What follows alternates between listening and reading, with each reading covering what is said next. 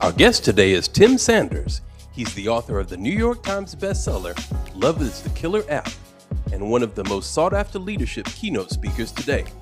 He currently leads AI research at G2, the world's leading software marketplace, and serves as an executive fellow at Harvard's Digital Data Design Institute, helping executive leaders harness the power of AI to drive innovation and performance. Your journey to realignment from fear to freedom starts now. Live an expansive life. Wow, amazing. Thank you for that incredible introduction. Welcome everybody to the show. I don't think I could be any more excited about the guests that we have on and the content and the insights that he's prepared to share with all of us. Truly potential life-changing and something that couldn't be more relevant to our lives and what's happening around the world. My guest today is Tim Sanders.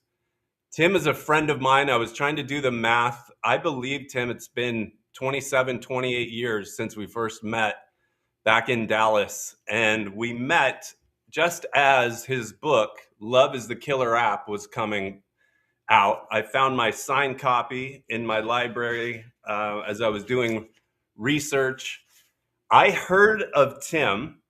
For those of you, I'm 53, for those of you around the same age may remember, there was actually a time when you could put so much content and people on the internet streaming something that the internet would crash. And Tim was the first person and maybe the only person I've ever known who crashed the internet back when he was working with broadcast.com. He and his team were streaming the Victoria's Secret runway show online. It was so popular, as you can imagine, that it actually crashed the internet. And I was just amazed by this guy, and he was talking about love and creating this ecosystem of sharing your network and not brokering and, expanding your soul through knowledge and growth. And I just became such an instant fan. He's been an instant and lifetime inspiration for me. I'm extremely excited to get to him and his incredible insights. But Tim, first, welcome to the show. Glad to be with you, Sandy. What a great introduction. Yeah. Excited to be here. Awesome. So as we do each week when we kick things off, we're going to do 3 really quick box breaths just to get everybody present out of their busy lives and focused. We have limited time, so I want to make sure we get the most out of it. I'll go ahead and lead. But we're going to go through the nose on an inhale for 4, hold for 4, and then we're going to exhale for 8. We'll do that 3 times, and then we'll get right to the content. So if you can follow my lead, we'll go in the nose for 2, 3, 4, and hold 2, 3, 4, and then big exhale 2, 3, 4, 5, 6, 7, 8, and in 2, 3, 4, hold 2, 3, 4, and then exhale 2, 3, 4, 5, 6, 7, 8. Last one, in 2, 3, 4, and hold 2, 3, 4, and then big exhale 2,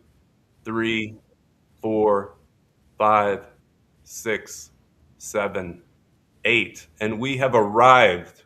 Welcome, everyone, to an amazing show. Jason, we have a little tiny bit of background noise. I'm not sure if you can look into that and see if you can mute that out. But Tim, welcome.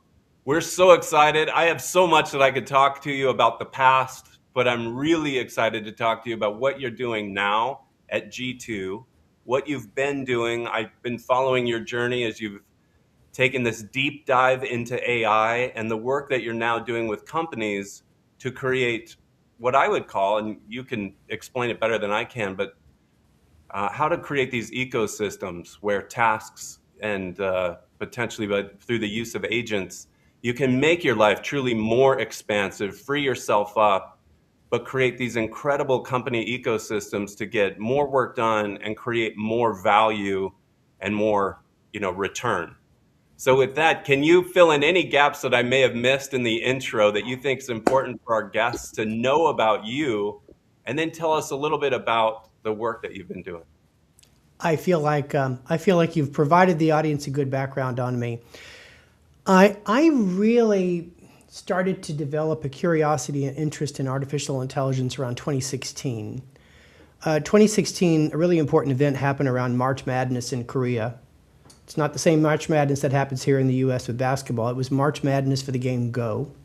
And March Madness had to do with a challenge for DeepMind. They were in United Kingdom at the time, and they had an AI called AlphaGo that could play this game Go, which was much more complicated than chess, by the way, 30 times more complicated at least than chess.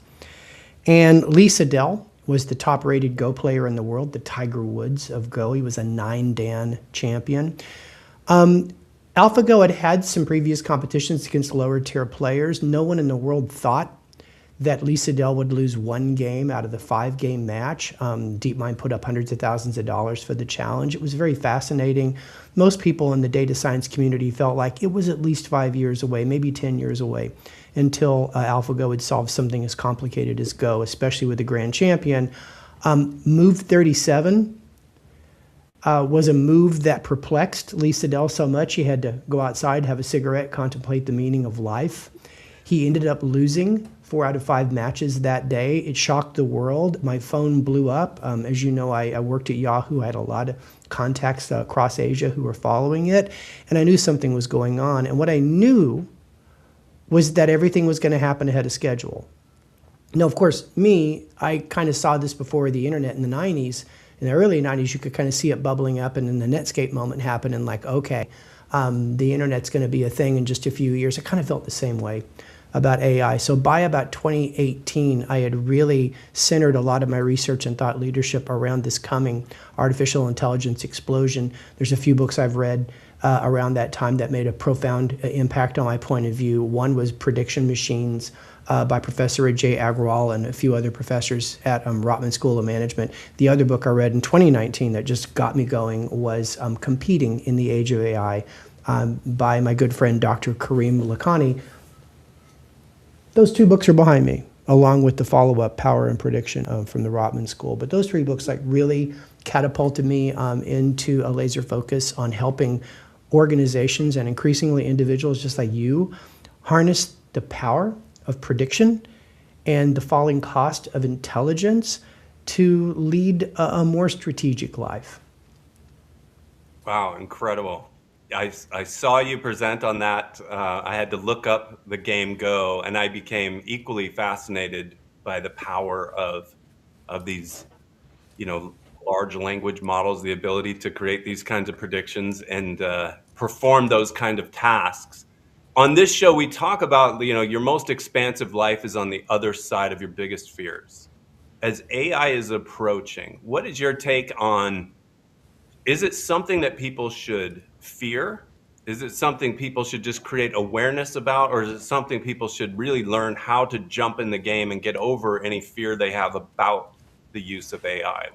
How do you see things?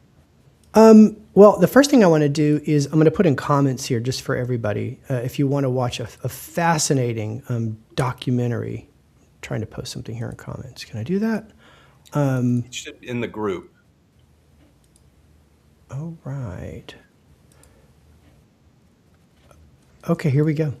I put it here in the comments. So there's a link to a documentary on AlphaGo. It's about an hour and a half. It's a fantastic movie. It's free. It's on YouTube. Watch that. Okay, let me answer the question. Artificial intelligence, and I'm not just talking about like when you think about something like a chat GPT, I mean AI as a prediction machine. It takes information that you have. It produces information that you don't have. That's exactly how to think about AI. What this prediction machine has done over the course of the last, let's say, decade or so, starting with machine learning and then obviously culminating now with neural networks. For the first time in human history, AI has decoupled prediction from judgment. Prediction and judgment used to happen simultaneously in the mind of an expert. That's what expertise was all about. Expertise said, I have all this technical experience, I've memorized a lot, I have all this information in my little language model, and I can now take all of that and make a prediction and then pass risk-reward judgment on the prediction and act all in one motion. The expert did that. Now the machine makes the prediction, and the human being's new role is to pass judgment. And it's a fascinating division of labor. Do I think it's threatening? No. And let me tell you why. The way the media works these days is AI bad gets a lot of clicks. So we really focus a lot on all the bad things that can happen with AI. But let's look at history. Automated teller machines, which came out in the 70s. Everybody thought, if you were a bank teller, this is it for you. You're going to be out of a job. They thought that because if you actually looked at the workflow for a bank teller pre-ATM, they probably spent 3/4 of their work week dispensing money. I kid you not. Okay? 3/4 of their work week, counting money. Some people watching might be like, oh, my job's kind of the same. I cut and copy this thing into that spreadsheet and I push email around. Here's what happened. When ATMs came out, they retrained bank tellers who now had more time on their hands to actually be product advisors and to be referral points for the wealth managers and the other bankers inside a branch. And all of a sudden, the value of a bank teller to a bank rose significantly because it was more strategic work for a human to actually upsell products and provide better customer service instead of just counting money. So what happened over a 30-year stretch is the number of ATMs went up at the same time the number of tellers went up because branches were expanding, because businesses, these banks, had figured out a more profitable way to use human beings. Only in the last few years with the rise of mobile banking did we see a decline in tellers, but it wasn't because of the ATMs. It was because of a change in how we like to bank. My point here is that AI works the same way. There's portions of our job, Sandy, that are the repetitive equivalent of dispensing cash to someone, and we don't need to be doing those. So I think AI is coming for the most no-joy parts of our job. Now, that being said, there will be people, like some bank tellers, who weren't interested in being retrained. They might have left the field, they might have shown a disinterest and been eliminated because they weren't part of the retraining program. It's a decision we make. And I was thinking about this recently. One of my favorite Henry Ford quotes is when he said, if you think you can, you're right. If you think you can't, you're right. So I think our attitude about AI will most likely determine its effect on our life. And so if you believe that artificial intelligence can give you a superpower, not replace you, then that's probably how it's going to work out for you. Yeah, I love that. It is hard not to think about the revolution or the evolution that comes with AI. I've listened to Tony Robbins talk, and he's quite concerned about this potential revolution where he predicts even violence, may erupt because most people would predict in the next 3 to 10 years, a really large percentage of jobs will go away. But I think what I hear you say is this is the best time to expand your awareness, to get prepared and maybe start thinking about what are the right questions to start asking yourself and how do you evolve and grow to be ready for that so that you can catch the upswing of that and not worry about what it's going to do. Is that fair? Yeah, I mean, jobs will go away, new jobs will be created. I've yet to see an agent that can effectively comb across an entire workflow like a human being in the majority of use cases. I will take a minute to talk a little bit about what I think the best way to look at AI is when you try to think about what an AI possibly can do. So let me see if I can share this with you, which I think I can. When McKinsey studied how a company should look at the impact of artificial intelligence, modern AI, think of it as the post-ChatGPT moment, they said there's two lenses that you can look at AI through. You can look at it through the cost savings lens, it's going to replace people, Or you can look at it as through the capacity lens. It's going to help people do 3x more. In other words, growth without limits. And they've learned that when you want to look at the real benefit of artificial intelligence, it's sizably bigger when you look at capacity. Why is this the case? Because you're never going to be satisfied with the substitute. So I think what's going on now is that you're getting a little test where somebody uses an agent to do a research report for them that used to take 3 hours, and they think, wow, we're never going to need analysts anymore. No, analysts that get very good at using a chat GPT deep research will be able to produce much more volume, much faster. That doesn't mean it's going to eliminate their job. It's going to redefine their job to get away from the rote, basic, repetitive research skills and think more about asking the right questions of what to research in the first place. So when we think about job displacement, I would be more concerned about the rise of physical robots than I would the rise of AI agents, because that feels closer to a one-to-one substitute for someone that can pick and pack to scale, load trucks, maybe even do your laundry, etc. I think that's going to happen and be dependable quicker than we let an AI agent actually replace a person. What I'm seeing in the real world is that companies are often thinking of AI, and especially agentic AI, as a superpower you give a human being. It's almost like if you ask someone to dig a ditch, they used to have spoons, and then they upgraded to shovels, which was fantastic, and then all of a sudden you got them power shovels, and then wow, you got them bulldozers. But what if you could give them lasers? Wow. I always love your reframe or how you relate, to different things, whether it was in 1999 with the experience economy, to now more of the transformation economy, and now with AI. Can you walk us through, for all of our listeners, the different, maybe the ladder of AI, starting with like chat GPT or bots, and then move into what I believe you call agent tech or agentic? I want you to think of machine learning, which is now, I don't know if it's just me, but machine learning's kind of become the Nickelback of AI. It's like it's still very dependable as a technology. It's just not that exciting, so no one brags about using it. But machine learning was kind of the beginning of where we started to see AI really change things. Many of you experienced machine learning's magic when you were searching on Google and it auto-completed your search. Or you on Amazon and it suggested the perfect product for you. That was where, through classification, the simple zeros and one matching, machine learning said, Sandy means to be Googling Tim Sanders, so the minute he says S-A-N, I'm just going to fill in D-E-R-S, or really picking things that are good for you. A lot of companies used machine learning to classify, like this was fraudulent, it's not fraudulent. In healthcare, we started to see machine learning identify cancer on x-rays to scale, which was a real breakthrough.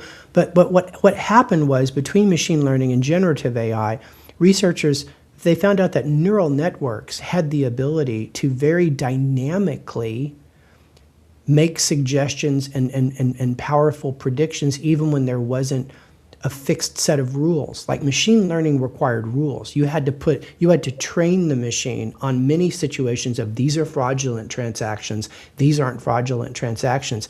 And if it saw something that was in their data set, it could make a prediction. That's why machine learning, when you thought about how it worked across the workflow, it might apply to 10, 20, 30%. And it was very brittle. It broke when anything unusual or on the edge happened. With neural networks, it could go back and forth and propagate to fill in the blanks, so to speak, for what data wasn't in its training set. They call that inference. And all of a sudden, now with something like a chat GPT, it can provide answers where there is no historical data. Now, of course, we talk about hallucinations, which is when they make a mistake filling in the gaps. But oftentimes, and I'm talking about 99% or greater in certain use cases, the inference is actually accurate, which means it actually works in places where AI never worked. So the big breakthrough with generative AI or chat GPT was the use of neural networks and reasoning to iteratively, like a person who has too much time on their hands, solve problems. Now, I spend a lot of time studying agents. Agents are autonomous systems. They have reasoning capabilities. They have decision intelligence. They can perform actions either in the background or in the real world without constant human supervision. Let me show you how I kind of talk about this move we're making from ChatGPT to fully autonomous agents to scale. And so I'll illustrate this to you with a gradient. And this is the best way really to talk about how this all works. So here's the way I think about like what's going on with the development of agents. What we've had for a couple of years now are chatbots and copilots. They are very weak agents, meaning they mostly make a suggestion. Deep research, on the other hand, makes some decisions on your behalf in creating a report for you, decides to use this, not use that, search this, not search that. So there's some agentic to it, but it gives you a report. You as the human being still need to publish that report in the real world. We're starting to see intelligent assistants. The intelligent assistant, you give it context, like lots of context, so it has a much better understanding of your goals, your guardrails, and so it begins to return ready to deploy assets to you, where human in the loop touch is very light. You're probably giving it one last glance. We're starting to see more of those. What we started to see in the last few years is the rise of a task agent, which can perform a particular task, such as in a mortgage loan situation, it can go gather the credit information, create a cumulative score, compare it to the loan rubric, and then grade the risk level of the loan and return that directly to a loan officer. It still hasn't approved the loan yet, but man, it did a big chunk of work. The loan officer would have had to cobble together across some tools, but it's a very specific task. Only in the last year have we started to see a process agent, say like a customer service agent, that can not only intercept an incoming call, it can resolve the call down to arranging for a return, label, and sending a replacement product. They call that containment. It's relatively new, still a little janky. There's still a failure rate that's a little bit high for enterprise, but it's starting to work better. And what makes it fascinating is it works across the bundle of tasks oftentimes we would refer to as a job.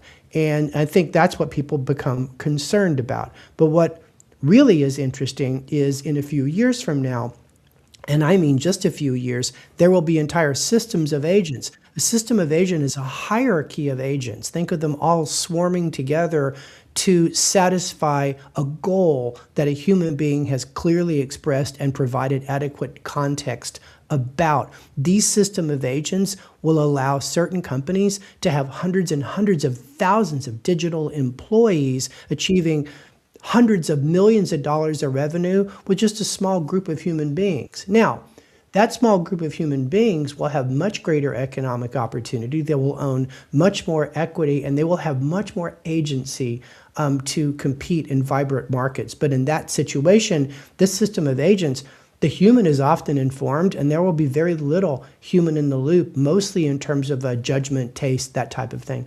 Here's the way to think about it. It's Waze to Waymo. So if you think about the Waze ride-sharing app, so I'm going to hold my phone up here like you get the Waze app or Google Maps. You get in your car, you put your phone in your little holder, and you've got Waze open, and Waze uses machine learning, artificial intelligence to give you turn-by-turn directions on how to get from your house to the airport on time, accounting for traffic. It's an amazing experience, but your hands are on the wheel the entire time. But it's still an amazing experience. It's still transformative. It still allows a person that just moved to a town to be an Uber driver immediately without having any knowledge of the town. So it's a fascinating unlock, but it's not transformative like Waymo. Waymo, you get in the back seat. Jesus, take the wheel. Waymo gets you there. You can work. You can do conference calls. You don't have to concentrate on driving. In the future, I know I'll do this. I'll own a Waymo or two. I'll own it instead of a couple of Subway shops. It'll go out and make money while I sleep. It is a completely transformative experience because it can scale the ability for one to create velocity and to generate more. So that's the way to think about like this gradient of AI capabilities. Most of us we're just using Waze.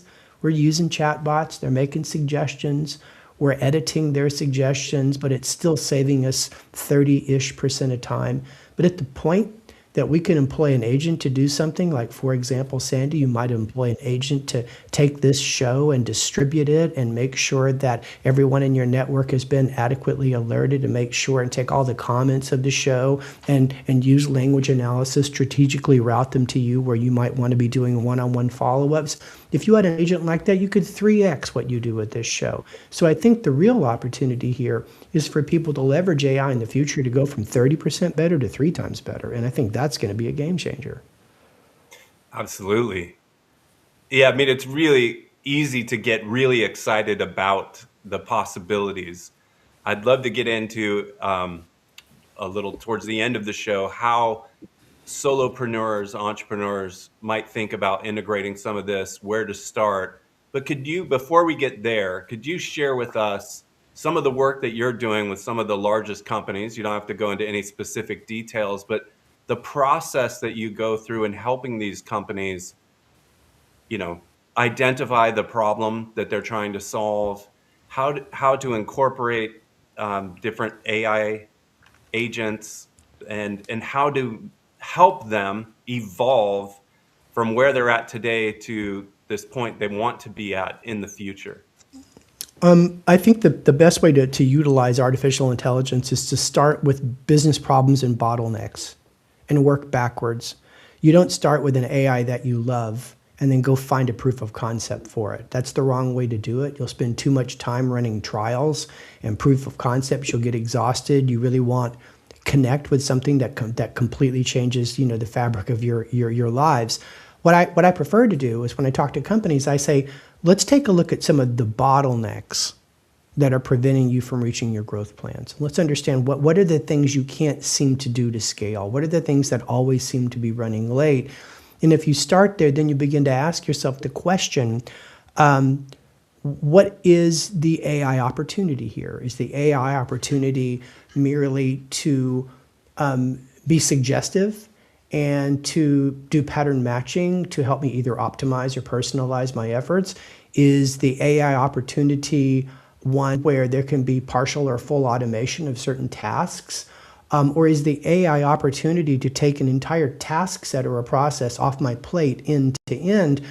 But at the end of the day, you don't have this conversation unless you know what your known constraints are, your bottlenecks, the things that keep gobbling up your precious time. This is why at a lot of companies I talk to, what I tell them is like, tell me where the debt is greatest inside your company. Customer service debt, software coding debt, marketing content debt, sales development debt. Show me where the debt is the greatest, because that's where you'll be willing to undergo the most pain of being a pioneer. Because if the debt isn't great, you will abandon the AI the first time it hallucinates.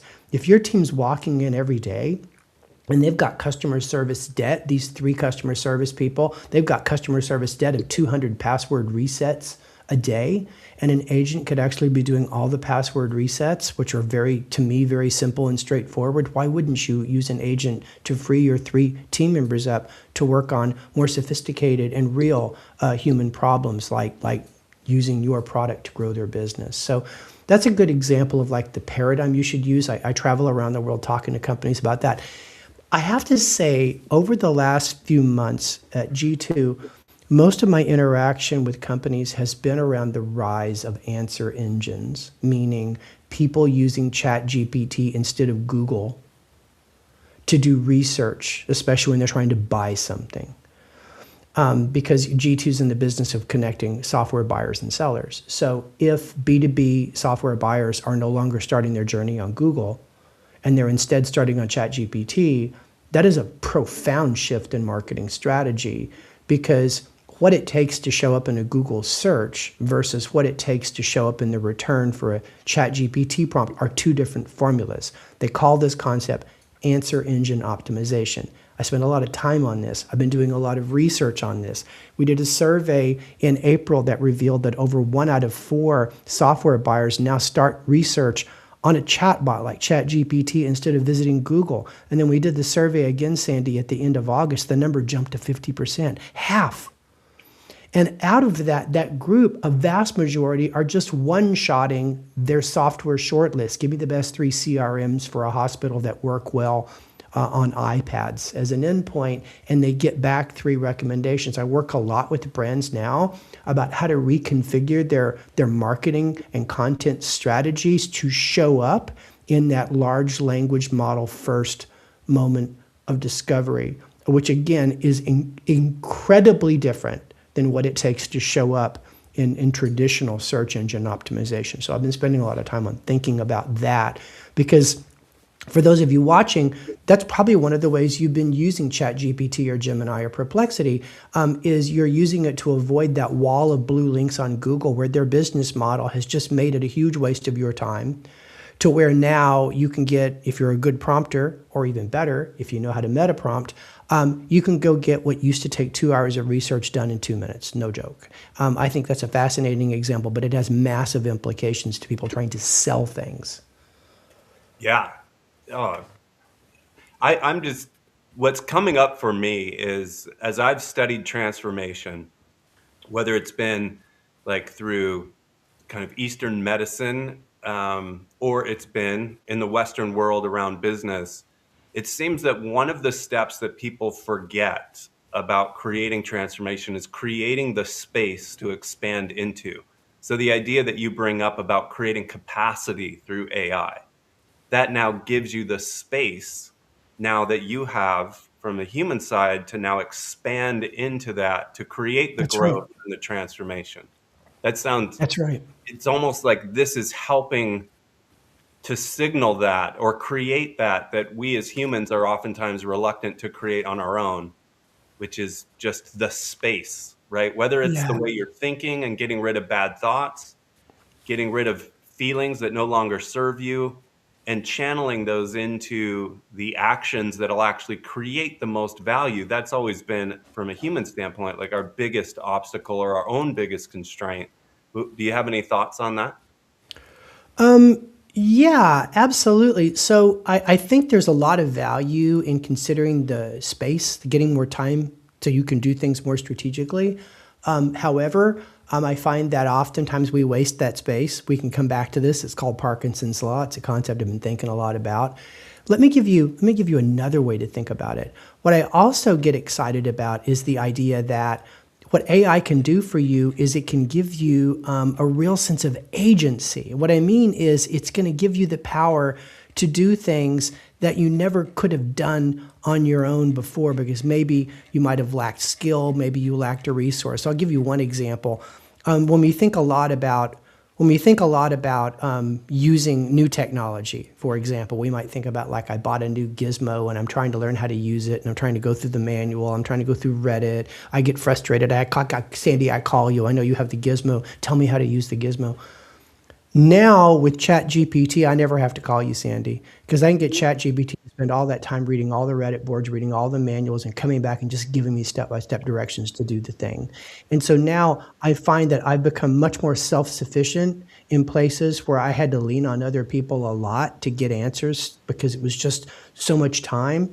Or I think about things where there's these skills I don't have, but I have judgment, meaning I don't know how to design a graphic, but I've got great judgment of what good looks like. So I'll think about, like, I have a newsletter. If you go to my LinkedIn, you can sign up for a newsletter every 2 weeks. It's the AI update. And, one of the challenges of publishing a newsletter is you always want to have a cover image, right, for the newsletter that encapsulates, like, what's that issue about? The cover image will be on LinkedIn. It's obviously a huge signal for people to decide to click and open and read it. I don't know my way around Photoshop very well, to be honest. I've created graphics in PowerPoint. I'm that basic. I do not have a high level of skills. I used to hire freelancers to go do it for me. Then I spent all this back and forth time trying to get it right, and there was this days latency. So recently, I discovered this brand new tool called Nano Banana.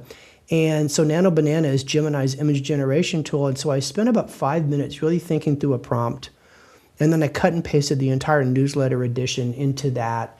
And I said, I want to call this newsletter, I want to call it Google Strikes Back. I want it to have this Star Wars thing. And here's the whole article about how Google's made all these great strides against ChatGPT.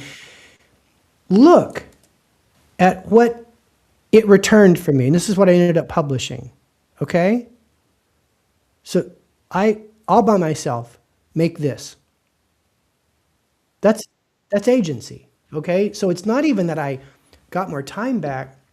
I took something and I developed agency to do the thing. Now, would I use AI to make the cover of my next book? No, I'd work with a designer. Why? Because it has a higher stakes impact. I want to make sure that people that buy a book have a signal that feels like it's human. But I think when you look at some of the transactional things we do, like the biweekly newsletter and the image you have to have for LinkedIn to get clicks, I think that's a great situation where having a little bit more agency can allow you to do really great things that you could not do before because you had a skills deficit. I put an asterisk on all of this though.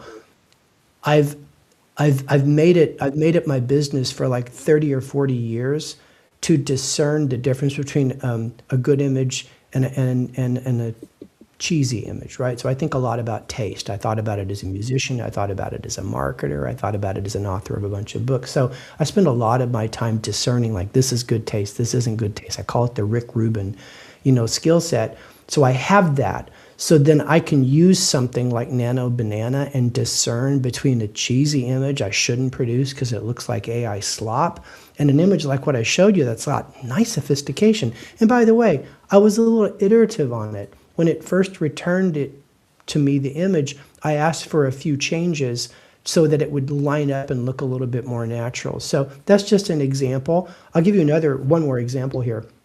So I read this book. This is not a background. This is my real bookshelf. I read this book last year. It's a great book if you haven't read it. It's called On the Edge by Nate Silver. Nate Silver is the founder of a website called 538.com that you might remember them from the elections. They always kind of predict who's going to win. And he wrote a book called Super Forecasting. But what I think makes him famous is he decided to learn how to play poker using expected value, which is how he does forecasting. EV is what it's called. And he learned expected value for the purpose of gambling, poker. And he made it to the World Series of Poker final table, I think 2 years into studying poker. Gee. What? So he wrote this book about how do you have an edge in every decision, like every bet that you make. And we make a lot of bets at work. How do you have an edge? Well, the edge is learning what the expected value is for a certain bet. So when you think about like sports gambling, you have EV. EV's plus 100, you make the bet, negative 100, you run away from the bet. But now they use it in day trading. They use it in cryptocurrency. VCs use it to make investment decisions on startups. I use it for everything. I run EV and I use ChatGPT to run EV calculations every time I have to make a decision where there's an element of emotion. And let me give you an example. I think this example will perfectly illustrate exactly what I'm talking about here. So I'm just gonna show you this image to kind of paint this picture for you. So I recently bought a Ford Bronco, and the Ford Bronco I love the car, but the worst part of buying a car is when you go into the finance room with the F&I guy or gal, and they're going to sell you all this extra stuff to go into your loan. Like, remember the whole roadside hazard thing they want to sell you? Well, I bought big tires on the Bronco, so I was like a mark. They're going to go sell me the roadside hazard. Now, for those of you on the stream here, these policies, like it's like $800 and something to have 3 years of roadside hazard protection, if something happens to your wheel, they're one size fits all.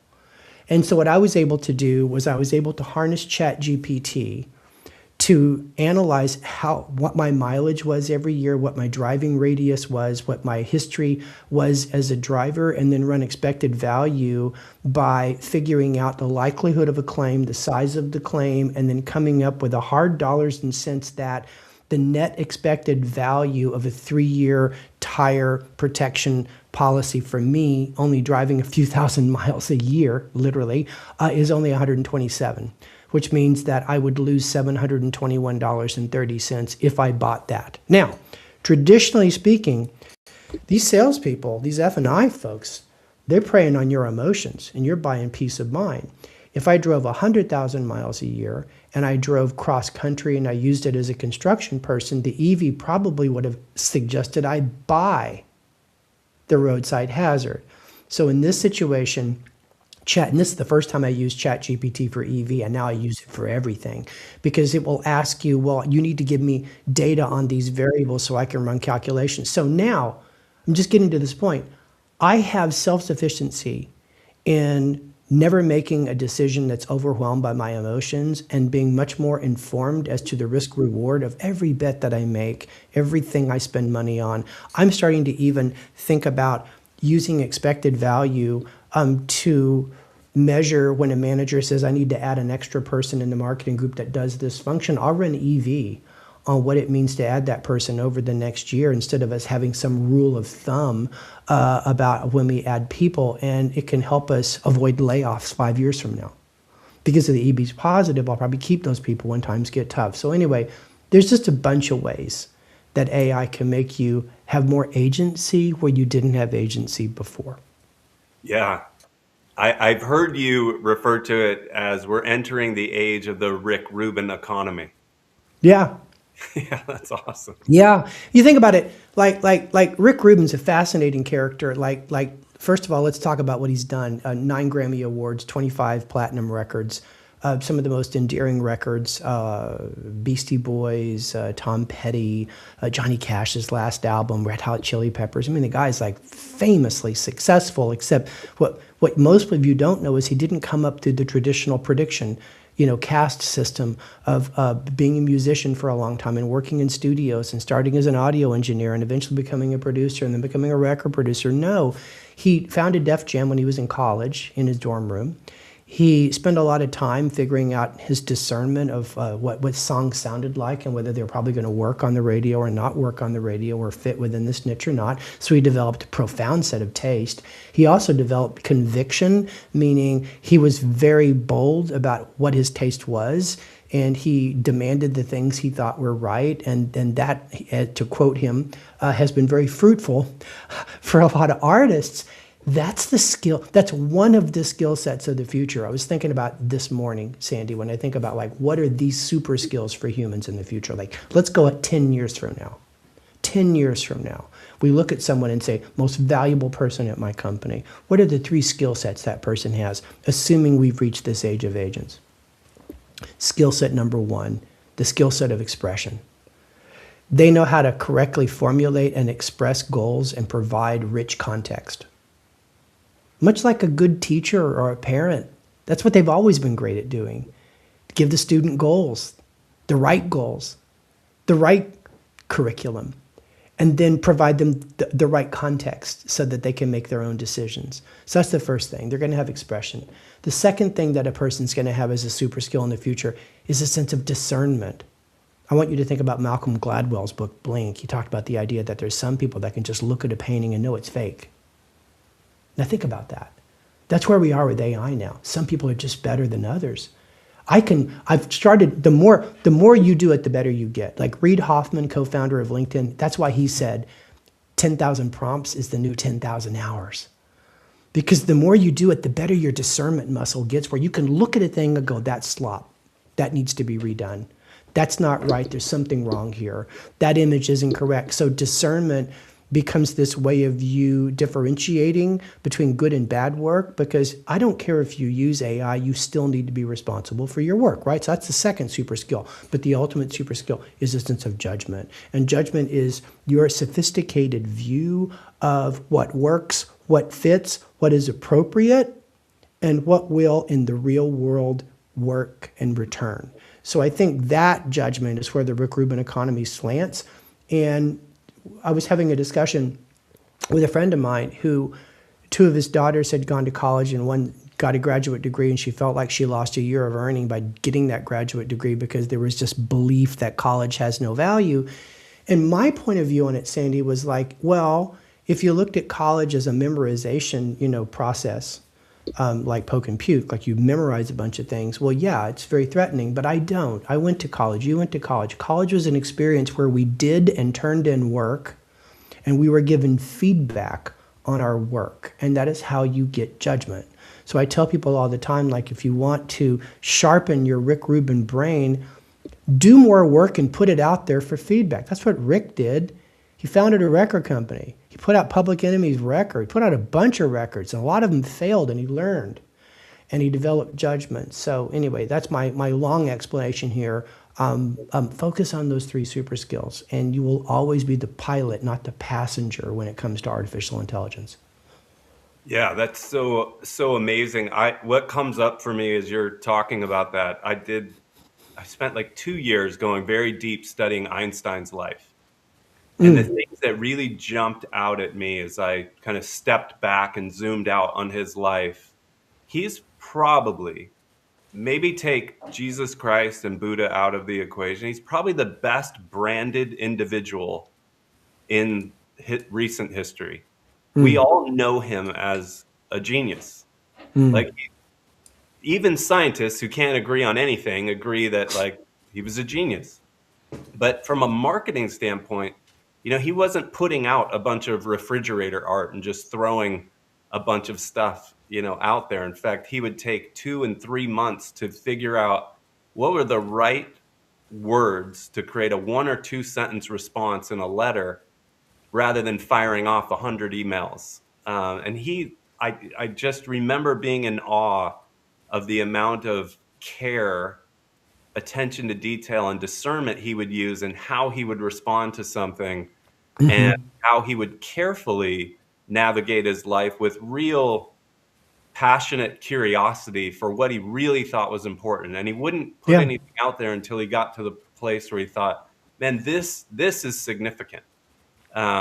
And I try to use that more and more today to think about striking the balance between enough content going out and making sure it's not just refrigerator art that only your mom's going to be proud that you put out. Yeah, I'm with you. You follow my LinkedIn. I don't put a lot of stuff out. When I do, I think about it a lot. And here's how I think about it. So there's things that there's work that gets done fast, and there's work that gets done slow.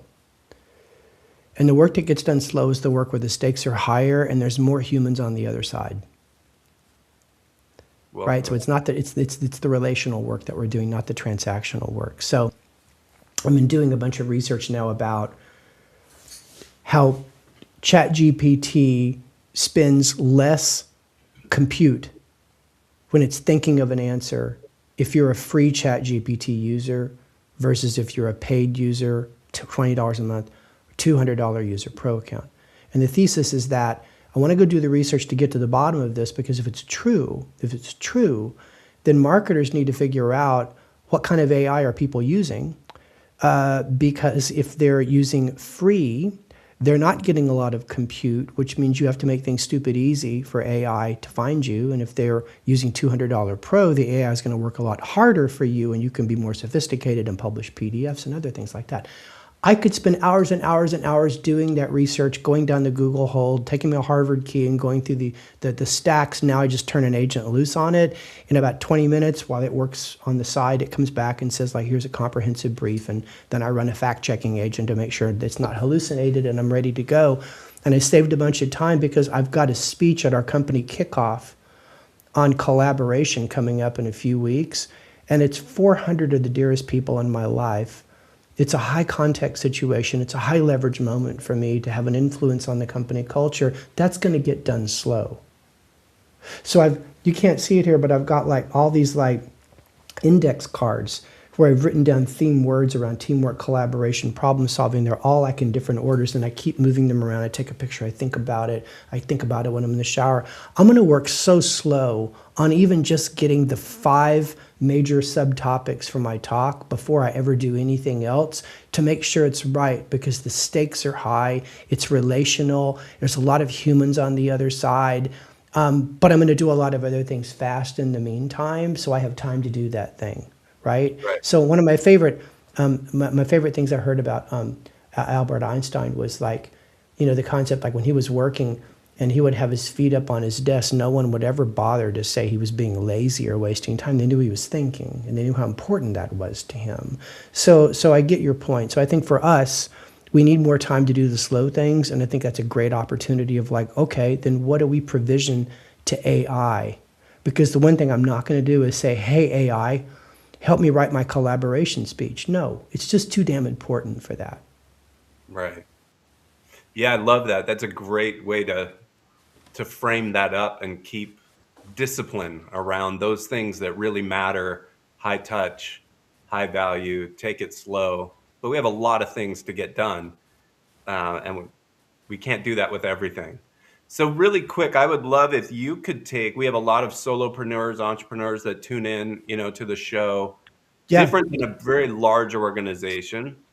How could they, what would the best advice be that you could give them on searching for their own, quote, I think of problems as not really real.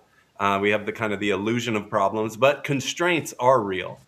How to look at, assess their own constraints, Yeah. prioritize those within the needs of the business, because I think that's so important as an entrepreneur, that you don't get off on a tangent working on priority 4, 5, and 6, when if you just did number 1 and got it done, you'd make a lot more progress. But how would you, if you could, advise somebody who's working at it alone to go through kind of the similar process you take your large, enterprise Yeah. customers through? First concept I want to lay out here is a concept called verifier's law. Verifier's law says any answer you can verify as being correct, you can conquer with artificial intelligence. It's really important, right? So verifier's law says that once you've established these are bottlenecks in my business, I have these growth plans and there's these things I never can seem to get to. There's these things that take up too much time out of my day. And I want to address those with AI. The first question you have to ask yourself is, can I verify that what I get back from AI will be right? Can I verify the answer is correct? So for example, I showed you that image that I used for my newsletter. I felt high confidence that I could verify that that was going to be appropriate to my post. It was not going to look super AI generated, and it would be within my personality as a boomer, Star Wars, the reference, etc. So I was in a good position to verify that as a correct answer. And so that's a situation where I can rely on image generation to make my newsletter image. So that's a great example of where, I used to spend way too much time in Canva and other things trying to build an image, or not hiring a freelancer and wasting time going back. And so I had this waste of time, but I had to do this thing. I developed a skill set over the years, mostly around putting out records and discerning good album cover from bad album cover. So I had this verification skill set around images. So that's really important. So the two things: you identify the bottleneck, and then you understand what you can verify as a correct answer. Even in expected value, I'm decent with math. I just need someone to put the formulas in front of me, right? So it's like I could verify. In the example I gave you, I could verify that the expected value for the roadside hazard, in fact, would suggest I shouldn't do it, because it said, oh, you only have a 10% chance of claim. The claim has only got a $1,200 payout according to this data. I can verify that. So that's a really important second piece of the puzzle. Get going is what I say. Do the exercise today. I want to find 3 or 4 bottlenecks in my life that I think AI could address. Make it a routine for it always to address those. Stay on top of it, especially in the beginning, for the purpose of quality, verifying the answers are correct, and then master the use case. So I'll give you an example. So I was working on a report for G2, and for me, I wanted to be able to take raw data from the surveys I was launching and build images so I could kind of see what the data meant, right? So that when I wrote my report, I would have more perspective. And that's what I've always loved about charts and graphs. The problem was I'm not a creative designer. I can't ask my creative team to go through and make thousands of charts when I've done a survey with thousands of people. But that was a great example of where, like, I want to use AI for that. So I started to use it. I'm going to give you an example of something that I've been able to do with it. And so I started to use it, not with image generation, but chart generation. And I'll give you an example, like, okay, I finally figured out how to make charts like this. I made this chart in ChatGPT. I literally took a spreadsheet of survey responses to a question and then told ChatGPT, McKinsey makes these things called bubble charts, and this is what an example of a McKinsey bubble chart looks like. So I want you to study bubble charts, and G2's color palette is this, and I want to use the kind of the purple in the G2 color palette, and then we use a Figma font, and I want to make sure you use that as your system font. And I want you to create a slide for me based on what these respondents are telling me their annual budgets for agents are. So this is an example, Sandy, of the chart it returned to me. Pretty amazing, right? Got it back in just a few minutes. Now, my work wasn't always this good. I can do all kinds of charts now. Like my last agents report, all generated ChatGPT, but it took me some time to develop the right set of prompts, the right guardrails to make sure I didn't get bad returns, learn what to train it on. But now I can do this like crazy. I've moved on. And I said, okay, what other bottleneck do I have? And what I've done is I've developed new use cases, at least one use case every 60 days that I master. So at first there was that, and then I started to master expected value. And now I'm learning to master vibe code variations of a website page when I'm looking at all these different alternatives, where I can like vibe code like 6 different versions of the same page and then go to real human beings and get their responses to it. So vibe coding is a new challenge for me. Later this year, I'm going to learn how to build a little agent just to answer basic questions at timsanders.com for people looking for speakers. Something simple like that. Stand up my first agent this year. What I've done here is I've taken the business approach of starting with bottlenecks, but now I'm taking like the rigorous approach of like, okay, I want to add new use cases. And the thing I would do as a solopreneur is I would give myself a goal every week for how much time I spend in the process of learning and doing. Whether I'm watching videos about the kind of AI I'm trying to master, I'm building something and seeing how it works in the real world. Here's what I'm telling everybody watching this. 4 hours a week minimum. It'll change your life. 8 hours a week, you're going to start to become a power user. I want you to think of AI fluency like fitness. I mean, I read all these surveys of people, it's like, I've adopted AI, and then I talk to them, and like, well, I used it here, and I used it on Wednesday. When a person says, I've decided to be physically fit, does that mean that on Tuesday, they pop down and do 2 push-ups? And then on Thursday, they do a leg lift sitting in a chair? No, what do, Sandy? They go to the gym 4 times a week. And there's a rigor to it. And that's how you have to approach AI. So approach fluency like you approach fitness. Commit to the hours, find your bottlenecks, and ask yourself, what new use case can I master? Because what you're going to find out is that once you get good at a thing, you might be already very good at doing deep research when your background research. Great, you're great at that now. What else can you conquer? But remember, you don't learn a use case for the sake of learning a use case. You learn it because it's giving you either more time or more agency in your life. Wow. But whatever you do, I'm telling everybody here, don't use free. Don't do it. Good God, you have a Netflix subscription. You should have a $20 ChatGPT subscription. If you use free, you get lower quality returns. It gives you less compute test time. It's going to give you lower quality images, lower quality words. Your work is going to be sloppier if you rely on a free version of ChatGPT or Gemini. You can afford $20 a month. I'm telling all of you. And if you start to find that AI is a real tool that you're using every day, you should consider the $200 a month version. I am not a salesperson for these frontier labs, but if I could tell anybody anything, if the work is important, don't use free, because free is where they give the least amount of quality compute to give you your answers. You get what you pay for. Oh, yeah. Interesting.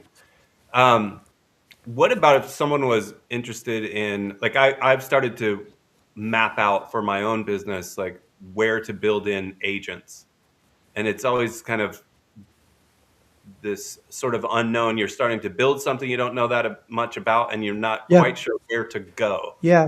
So I know we're coming up on time. So let me give you the shortcut to this. So agents are stochastic today. They still make mistakes. They still need constant redirection. They're like an intern. They're kind of like a lazy intern. They're kind of like a lazy intern where your language isn't their first language. So highly energetic. They want to make you happy, but they're an intern, for God's sake. So start where the pain is greater than the risk. So start in places in your business where you just aren't able to do anything on a particular motion, where the agent, even if it's a little janky, is better than nothing. See, that's why when you look at like the research I just finished for G2, the top 2 use cases for agents in the world now are customer service, where there's a backlog, and software engineering, where you need rapid prototyping, but you can't afford engineers. That's a classic example of where either the customer service debt or the technical debt was so great, the pain is inconsequential. I think if you do that, you won't be 1 step forward, 2 steps back all the time, trying it and saying it didn't work, I'm never going to do it again. Well, you were probably doing something that you didn't have great pain in, so you had little tolerance for error. Right. Makes right? perfect sense. Yeah, you go to the dentist, you let him shoot you in the mouth and pull a tooth out because the pain is great. You don't go do all of that because you have some time on Friday afternoon. Right. Good analogy. Tim, I can't thank you enough for spending this hour with all of us and sharing, all of your insights. I've been following and know how hard you've worked, the amount of research you've done. So for us to get this download in just 1 hour has probably been the equivalent of, our own couple of years of doing the research that you've done. I hope everyone can take something from this call and put it to use to create space in their life and take one more step towards leading a more expansive life and becoming a more expansive leader. So thank you very much for your time. Thank you, everybody, for tuning in. It's been a wonderful hour.